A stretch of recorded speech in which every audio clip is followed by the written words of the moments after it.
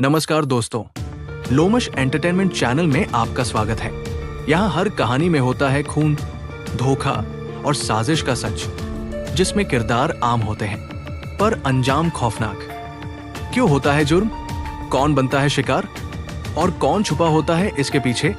हर episode में हम सच्चाई को सामने लाते हैं। चैनल को सब्सक्राइब जरूर कर लीजिए, जिससे आने वाली कहानी सबसे पहले आप तक पहुंचे। आज की जो कहानी मैं आपको सुनाने जा रहा हूँ, ये सच्ची घटना उत्तर प्रदेश के जिला मुरादाबाद की है। जिला मुरादाबाद में एक थाना कुंदरकी और कुंदरकी का एक गांव जयपुर। यहाँ का रहने वाला एक किसान जिसका नाम भीमसेन होता है, वो जब अपने खेतों की तरफ जा रहा था तो 16 नवंबर 2025 की शाम को उसके खेत के किनारे एक लाश पड़ी हुई मिली। जैसे ही वो ये देखता है, वो देखकर आसपास के लोगों को इकट्ठा कर लेता है। उसके बाद वो इस घटनाक्रम की जानकारी पुलिस को देता है। पुलिस मौके पर आती है। मौके पर आने के बाद उस लाश को कब्जे में लेती है और कब्जे में लेने के बाद उसको पोस्टमार्टम के लिए भिजवा दिया जाता है। पुलिस ने जब उसकी तलाशी ली तो उसके जेब में से ड्राइविंग लाइसेंस निकलता है और उस पर नाम लिखा था अनिकेत शर्मा। उम्र लगभग 28 साल और वो रहने वाला होता है नई बस्ती दुर्गा कॉलोनी, बहजोई, जिला संभल, उत्तर प्रदेश। फिर पुलिस ने इसके घर वालों से संपर्क किया और सूचना दी कि यहाँ पर एक एक्सीडेंट हो गया है और ऐसा लग रहा है जैसे ये आपका बेटा है। परिवार वालों को जैसे सूचना मिलती है, परिवार वाले मौके पर पहुँच जाते हैं। परिवार के लोग रो रो कर बिलख रहे थे, उनका बुरा हाल था। तभी पिता बाबूराम शर्मा कहता है कि साहब, ये मेरा ही बेटा है। दरअसल ये चंदोसी एक शादी समारोह में गया हुआ था। जब बात तहरीर देने की आती है तो कहता है कि साहब, मैं गरीब आदमी हूँ, मैं बेपढ़ा लिखा आदमी हूँ, मैं कोई कार्रवाई किसी पर नहीं चाहता, चाहो तो ऐसी ही मेरे बेटे की लाश दे दो, मैं अंतिम संस्कार कर दूंगा। तो पुलिस ने कहा कि जब तक पोस्टमार्टम नहीं होगा तब तक लाश नहीं मिलेगी, इसलिए आपको एक तहरीर तो देनी ही पड़ेगी। पिता ने कई बार समझाने की कोशिश की, परिवार के लोगों ने, रिश्तेदारों ने, तमाम लोगों ने समझाने की कोशिश की, लेकिन पुलिस ने साफ साफ इनकार कर दिया कि बिना पोस्टमार्टम के आपको लाश मिलेगी ही नहीं। आखिरकार उसका पोस्टमार्टम होता है और पोस्टमार्टम होने के बाद जो डॉक्टर लोग पुलिस को बताते हैं, वो पुलिस भी हैरान हो जाती है। पुलिस भी अभी तक इस घटनाक्रम को सिर्फ एक एक्सीडेंट मान रही थी, लेकिन ये एक्सीडेंट नहीं था बल्कि एक कत्ल था। डॉक्टरों ने बताया कि ये सड़क पर वाहन की चपेट में आने से चोट लगी है, लेकिन ऐसा लग रहा है पहले इसको किसी भारी वस्तु से एक के बाद एक कई वार किए गए हैं। इसके सर में अलग अलग हिस्सों पर चोट के निशान हैं। पुलिस के कान खड़े हो जाते हैं और पुलिस ने फिर से परिवार वालों से बातचीत की कि हमें एक तहरीर दे दीजिए, हम इस मामले की जांच पड़ताल करना चाहते हैं कि आखिरकार पूरा का पूरा मामला क्या है। 16 को ये लाश मिली थी, उसके बाद 23 तारीख तक भी परिवार के किसी सदस्य ने तहरीर नहीं दी। आखिरकार 24 नवंबर 2025 को उस लड़के के चाचा नवनीत शर्मा ने पुलिस को एक तहरीर दी अज्ञात में। आप इस मामले की जांच पड़ताल कर लीजिए और जांच पड़ताल के बाद जो भी है दूध का दूध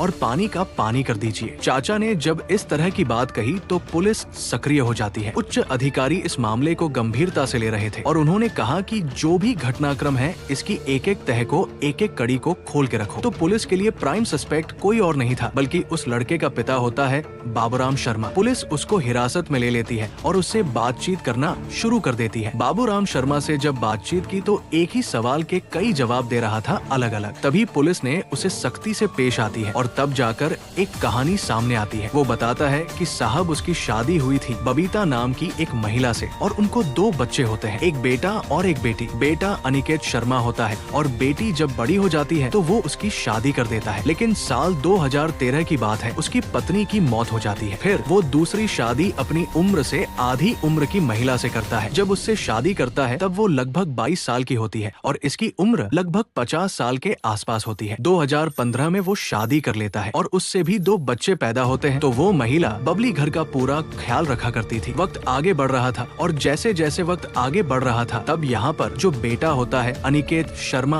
बबली से बहुत ज्यादा घुल मिल गया था। हंसते हुए खिलखिलाते बातचीत किया करता था। पिता जब अचानक से घर में एंट्री होती थी तो पिता को इस बात पर बड़ा गुस्सा आता था कि आखिरकार ये किस तरह की बातें करते हैं। दोनों जब देखो खिलखिलाते रहते हैं, हंसते रहते हैं। तब उसे शक पैदा होने लगा कि शायद उसके बेटे का उसकी माँ के साथ अफेयर हो गया है। शुरुआत में बात समझाने पे आती है, फिर समझाने की बात जब ऊपर बढ़ जाती है तो फिर उसे डांटने लगता है। डांटने की बात जब खत्म होती है तो फिर उसके साथ मारपीट करने लगता है और जब मारपीट करने लगता है तो मारपीट भी वो ज्यादा करने लगता है। लेकिन जब माँ की वजह से वो पीट रहा था तो उसने दूसरी तीसरी बार में अपने बाप का हाथ रोक लिया और हाथ रोकने के बाद अपने बाप को पीटना शुरू कर दिया। बस यहाँ से बात और ज्यादा बढ़ जाती है। बाप और बेटे के बीच में जो रिश्ता था वो बिल्कुल तार तार हो जाता है, खत्म हो जाता है और बेटे के अंदर एक आदत पड़ जाती है नशा करने की। वो भी जमकर शराब पीने लगता है। डकैती के एक प्रकरण में बाबूराम शर्मा का नाम आता है। पुलिस ने उसे गिरफ्तार किया और गिरफ्तार करने के बाद जेल भेज दिया। वो जेल में चला जाता है। इधर माँ और बेटा कुछ नजदीक आ जाते हैं। जब जमानत पर बाबूराम शर्मा वापस लौट कर आता है तो घर की स्थितियाँ और परिस्थितियाँ पूरी तरह से बदल चुकी थी। वो दोनों एक दूसरे के बहुत करीब आ गए हैं। हो सकता है कि इन दोनों के बीच में अवैध संबंध भी स्थापित हो गए हो। तमाम तरह की चीजें उसके मन में पल रही थी। वो इतना गुस्से में आ जाता है और एक दिन अमरोहा के नौगावा सादात के रतनपुर गांव का रहने वाला एक व्यक्ति आदेश कुमार होता है। उसके संपर्क में बाबूराम जाता है और जाकर कहता है कि मैं अपने बेटे से बहुत ज्यादा परेशान हूँ। मैं करूँ तो क्या करूँ, मेरी कुछ समझ में नहीं आता। तुम परेशान क्यों होते हो? हम वकालत किस लिए कर रहे हैं? ये पेशे से वकील होता है। और उसने कहा कि मुझे आपके बेटे के कुछ कागज चाहिए। कागजों की व्यवस्था कर दी जाती है। बेटे के कागज आ जाते हैं और 2 जनवरी 2024 को बहजोई के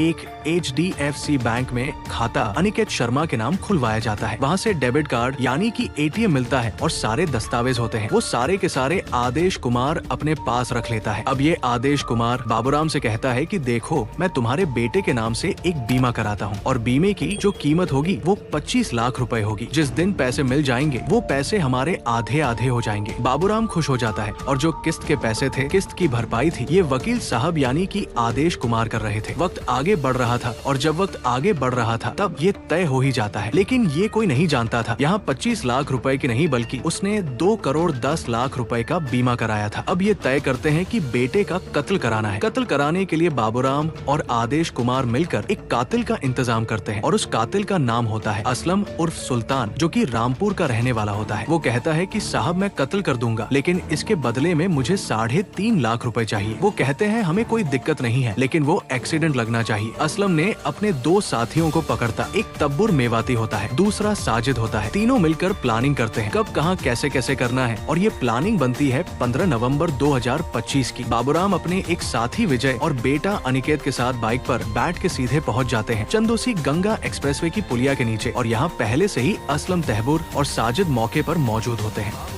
उनके पास है कि बेटा एक काम करो, शादी में तुम चले जाओ, मैं तुम्हारे जो चाचा है विजय इनके साथ कहीं बाहर निकल जाता हूँ, मुझे कुछ जरूरी काम आ गया है। ये मेरे दोस्त है, ये तुम्हारा पूरा ख्याल रखेंगे, इन्हें परेशान मत करना। वो अपने बेटे अनिकेत शर्मा को समझाता है। बेटा भी खुश हो जाता है इन तीनों के साथ जाने के लिए। वहाँ जाने के बाद इसको शराब पिलाई जाती है। उसे लग रहा था कि बहुत अच्छा हुआ जो पिताजी नहीं आए और मैं आया। अब यहाँ से गाड़ी चलती है बिलारी की तरफ। गाड़ी जब बिलारी की तरफ गई थी तब वो उसे फिर से शराब पिलाई जाती है। अब वो ऐसी स्थिति में नहीं था कि विरोध कर सके या वो ठीक से खड़ा भी हो सके। यहाँ से गाड़ी चलती है मुरादाबाद के कुंदरकी थाना क्षेत्र के जैतपुर गांव के जंगल की तरफ, खेतों की तरफ लेके जाते हैं और उसे गाड़ी से उतारा जाता है। उतारने के बाद ये 3 जो कातिल होते हैं, साजिद, असलम और तहबूर, ये तीनों मिलकर एक सरिया निकालते हैं। उस सरिये से एक के बाद एक अनिकेत के चेहरे पर, सर पर लगभग 3-4 वार करते हैं जो पूरी ताकत से वार किए जाते हैं। वो उसी वार में ढेर हो जाता है। उसकी लाश को वहाँ से उठाया जाता है। उठाने के बाद सीधा सड़क के किनारे रखा जाता है और एक के बाद एक बार उसके ऊपर कार चढ़ा दी जाती है उसे एक रोड पर हुआ एक्सीडेंट दिखने के लिए। वो इतना काम करने के बाद वहाँ से चले जाते हैं। पुलिस को अगले दिन शाम को लाश मिल जाती है और उसके बाद फिर पुलिस इस मामले की जांच पड़ताल करती है। शुरुआत में पुलिस भी यही समझ रही थी कि ये एक एक्सीडेंट है, लेकिन पिता जब पकड़ा जाता है तो पूरी कहानी निकल के सामने आती है और पिता को भी तभी पता चला था कि बेटे का जो बीमा हुआ था वो 25 लाख का नहीं हुआ था बल्कि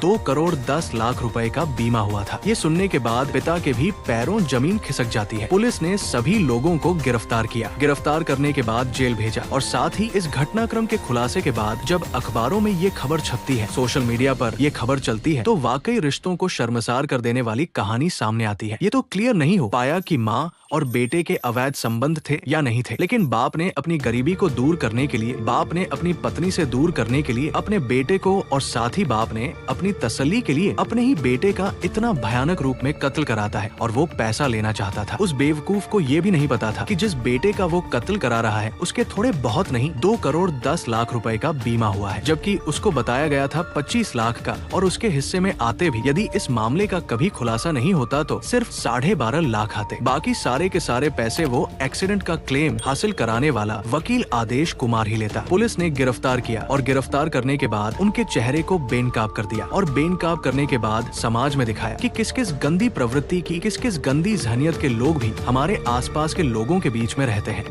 अगर आपको ये कहानी पसंद आई हो तो वीडियो को लाइक, शेयर और सब्सक्राइब जरूर करें।